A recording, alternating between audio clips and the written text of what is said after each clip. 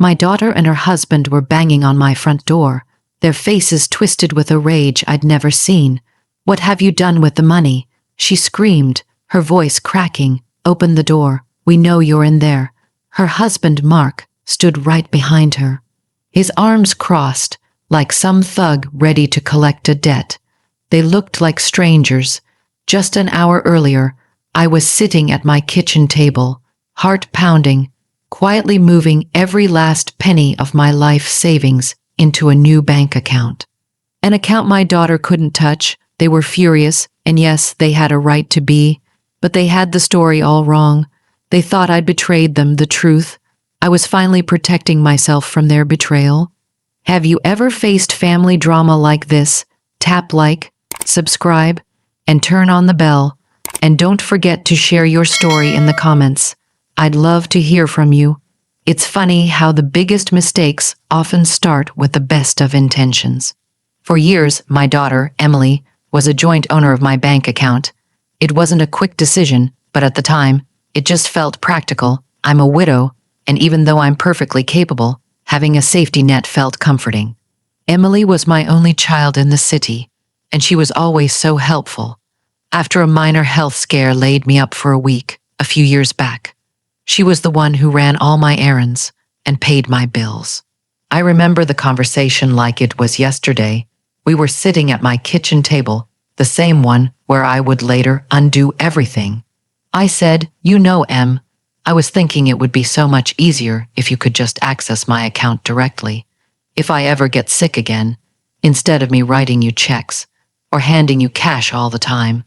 Her face just lit up. With that smile that always reminded me of her father, "Of course, Mom, whatever makes you feel more secure, I'm always here for you." So, we went to the bank. The manager was a nice young man who walked us through the paperwork. He mentioned something about rights of survivorship, but I didn't think much of it. To me, this wasn't about inheritance. It was about convenience. I was just adding my responsible, loving daughter to my account, so she could write a check for the power bill if I had the flu. That's all it was in my head.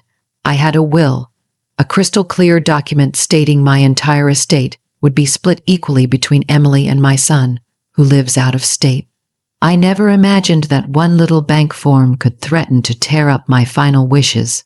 For the first couple of years, it worked perfectly. Emily would use the debit card for my groceries. When I asked, she would handle a bill online if I was having trouble with the website, and she always showed me the receipt. It was seamless.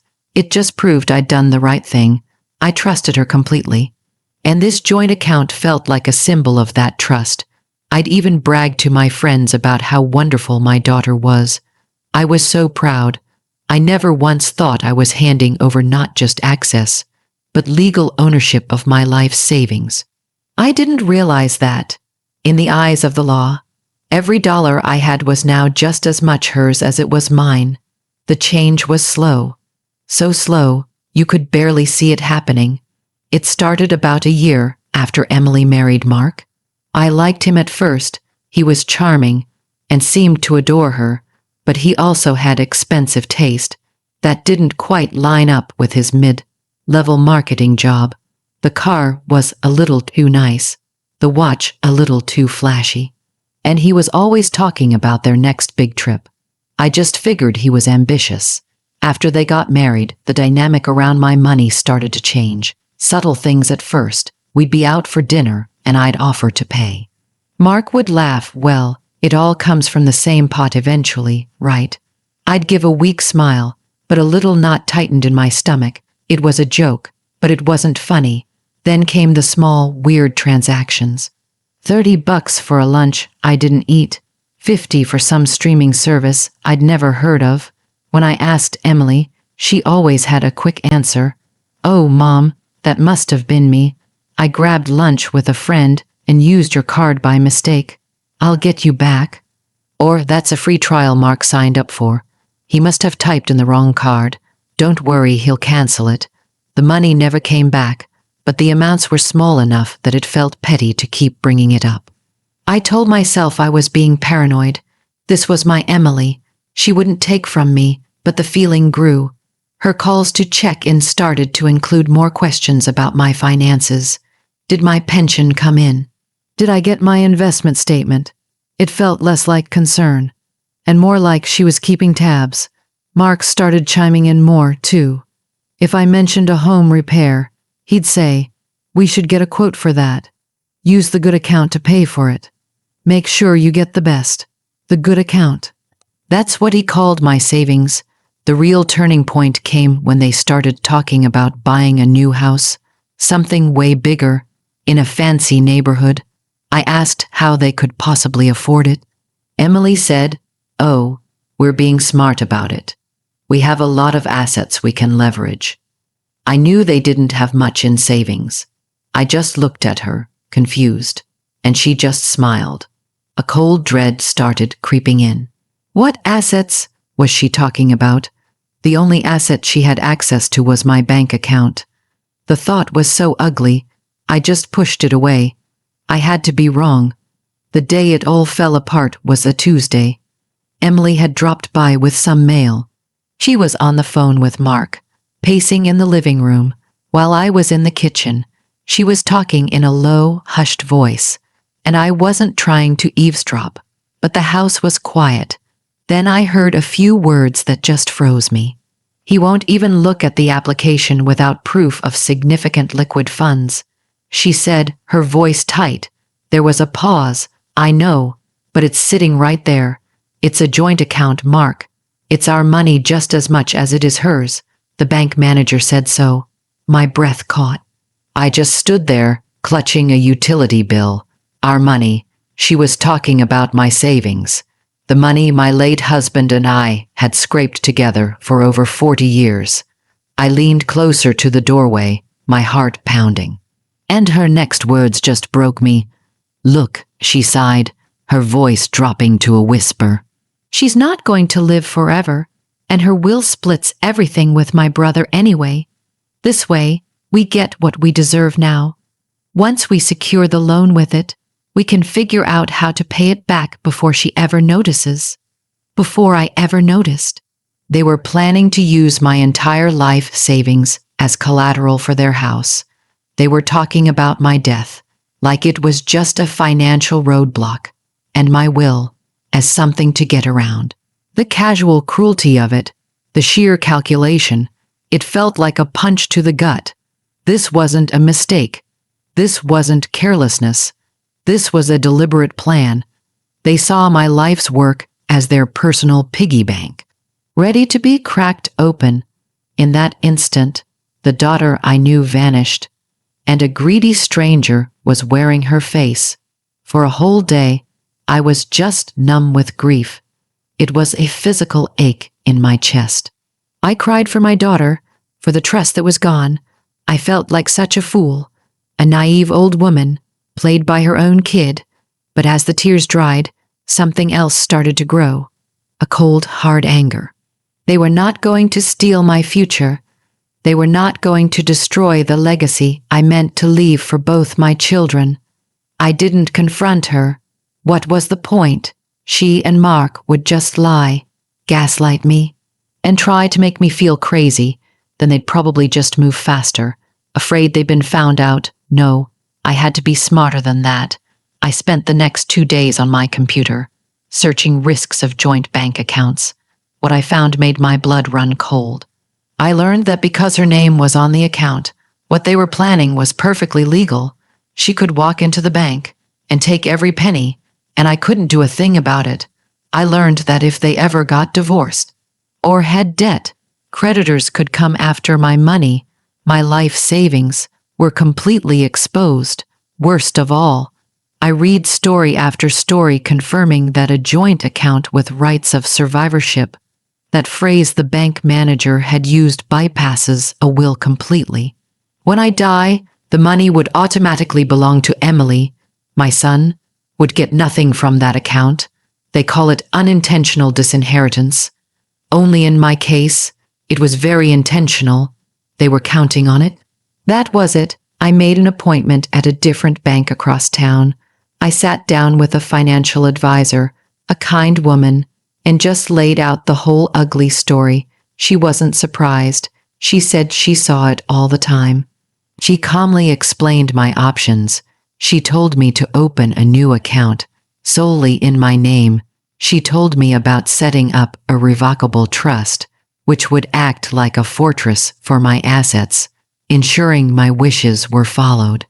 To the letter, she also mentioned a power of attorney, explaining that's what I should have used from the start. It would have let Emily help with bills, without making her a legal owner of my money. I did everything she said. I opened a new savings account. She helped me set up the trust, naming both my kids as equal beneficiaries, with my brother as the trustee to keep everything fair. Going home that day, I felt both terrified and thrilled. The last step was moving the money.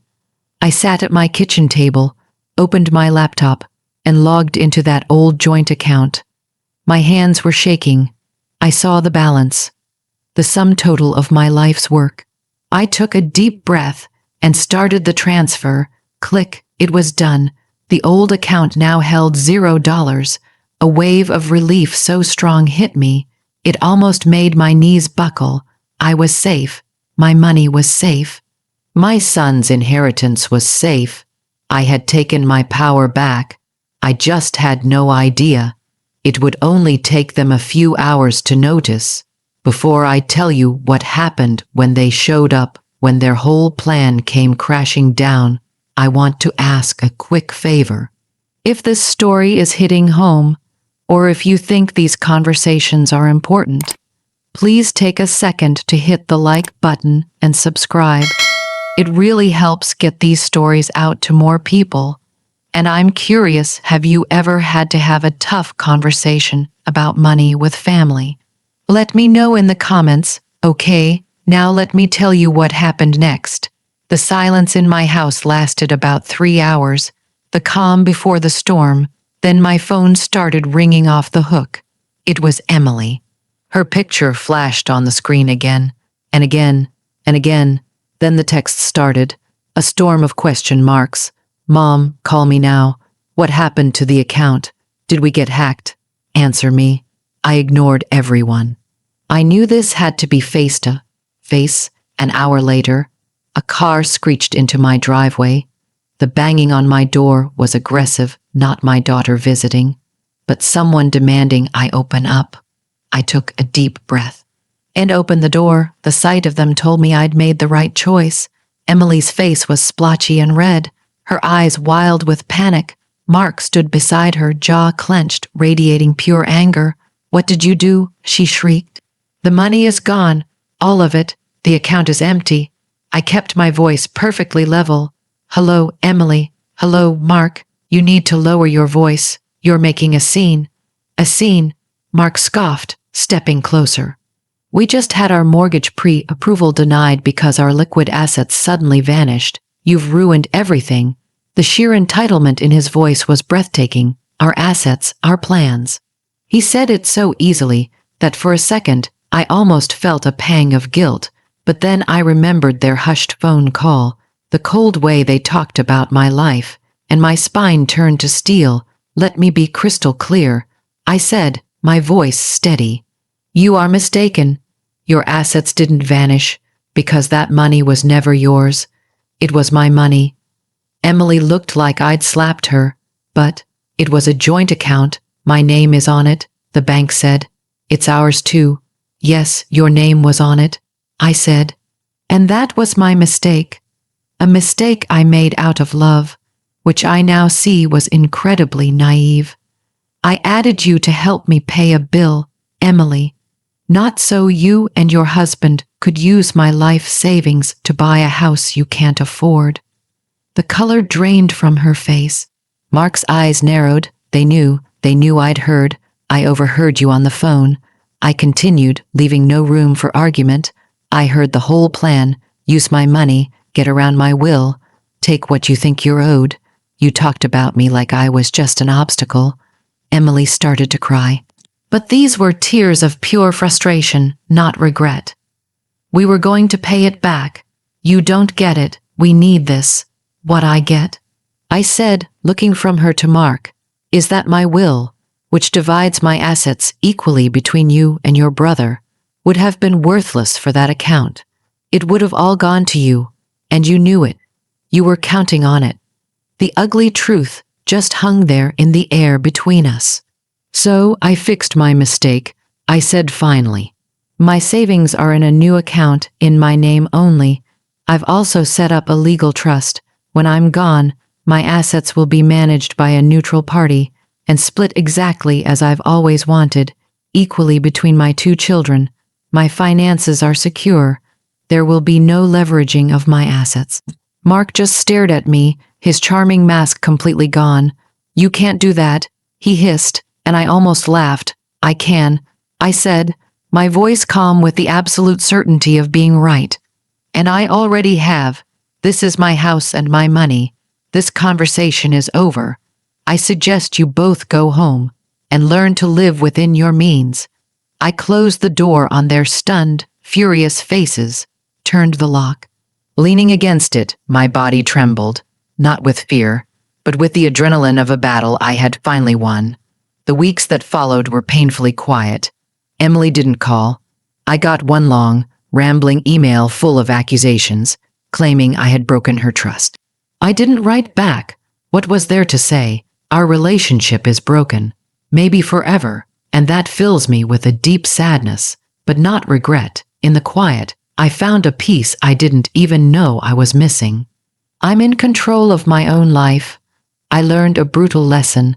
Sometimes the people you love most will disappoint you in the deepest ways, especially when money is involved. Setting that boundary wasn't an attack. It was an act of self-preservation. I did it to protect myself and to protect the fairness I owe to both my kids. My advice is this: keep your finances separate. Use proper legal tools like a power of attorney or a trust to plan for help if you need it. Have the awkward conversations now. Set clear boundaries, because protecting your life's work isn't selfish. It's responsible, and in the end, it's the only way to make sure your story ends on your own terms. I closed a bank account, but I reopened the door to my own life, and I have never felt more free.